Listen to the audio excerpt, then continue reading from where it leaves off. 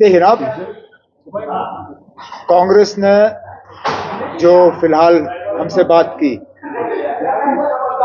उन्होंने सीधा सीधा कहा है कि नेशनल कॉन्फ्रेंस की तीनों उम्मीदवारों को कांग्रेस का जो है पूरा समर्थन मिलेगा, पूरा सपोर्ट मिलेगा।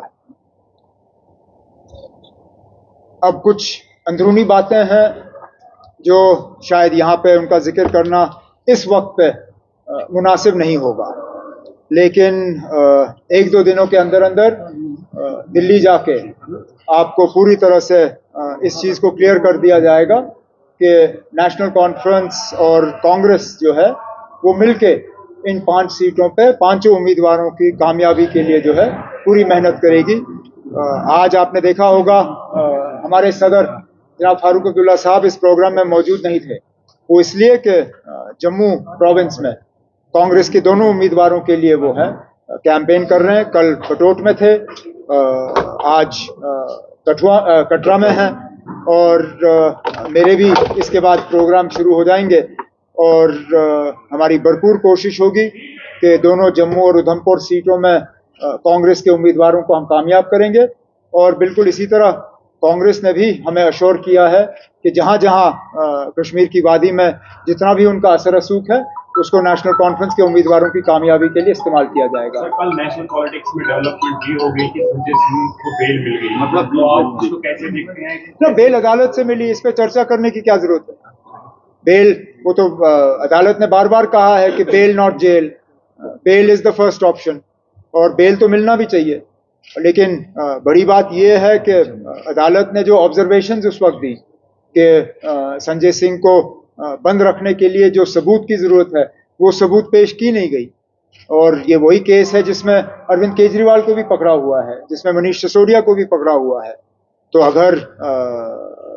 अगर यही हाल रहा तो हम उम्मीद करते हैं कि जल्द से जल्द न सिर्फ अरविंद केजरीवाल जी को भी बल्कि मनीष सिसोदिया को भी इसमें बेल मिल जाए। और ऐसा लगता है कि शायद महबूबा मुफ्ती भी शायद खुद कंटेस्ट करेगी वहाँ पे।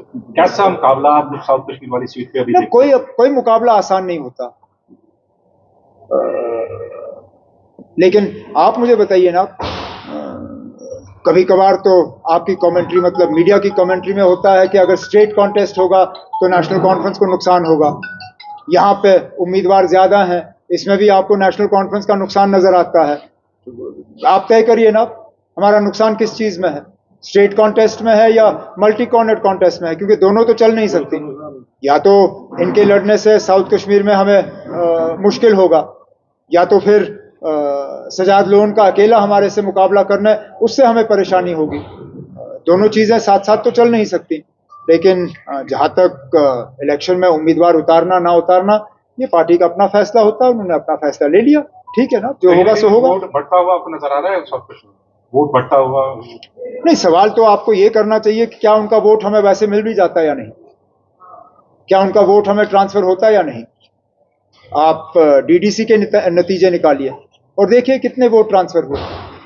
क्या उस वक्त वोट पीडीपी से नेशनल कॉन्फ्रेंस को ट्रांसफर हुए या नेशनल कॉन्फ्रेंस से पीडीपी को, या उस वक्त पीसीबी थी, क्या वोट ट्रांसफर हुए या नहीं?